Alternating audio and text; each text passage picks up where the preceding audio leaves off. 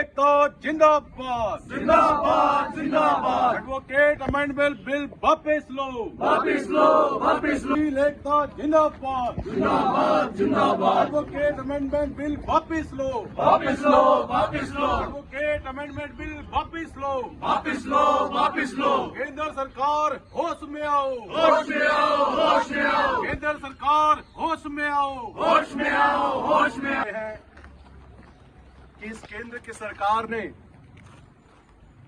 जबरदस्ती वकीलों पर कुछ कानून थोपने की कोशिश की है। एडवोकेट्स एक्ट जो 1961 में बना था,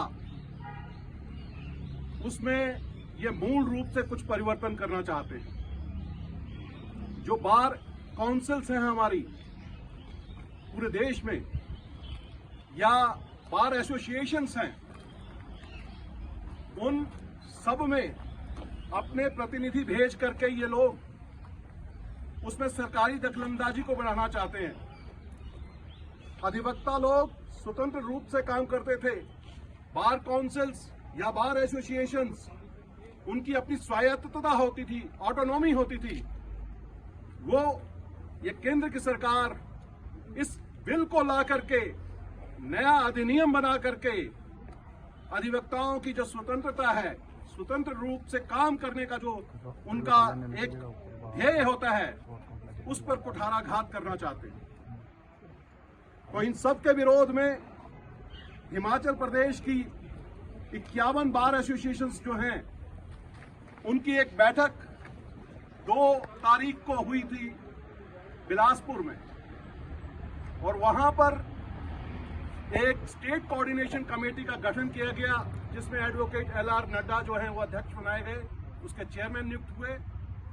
और उसमें यह निर्णय लिया गया था कि हम 2 और 3 तारीख को इस अधिनियम के जो बिल है, प्रारूप है, इसके विरोध में कोर्ट्स की कार्यवाही में शामिल नहीं होंगे।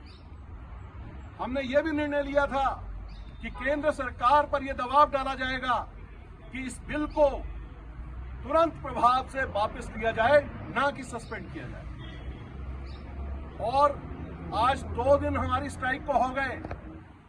हमारा पूरा प्रयास रहा, के बावजूद अभी तक केंद्र सरकार के कानों में कोई जूं तक नहीं रेंग रही है। इसीलिए हमें यह निर्णय लेना पड़ा मजबूरी में कि हमें ये जो स्ट्राइक हमारी कोर्ट्स में ना काम करने का जो प्रस्ताव हमने 2 तारीख को डाला था स्टेट कोऑर्डिनेशन कमेटी की बैठक में, उसे हमने एक्सटेंड किया है। इस माध्यम से हम केंद्र सरकार को आगाह करना चाहते हैं कि यदि आप शांति चाहते हैं, कोर्ट्स का काम सुचारू रूप से करना चाहते हैं, तो इस बिल को तुरंत प्रभाव से वापस लो, अन्यथा ये आंदोलन जो है वो पूरे देश में फैलेगा और आपको अपनी नाक बचाना जो है वो मुश्किल होगा।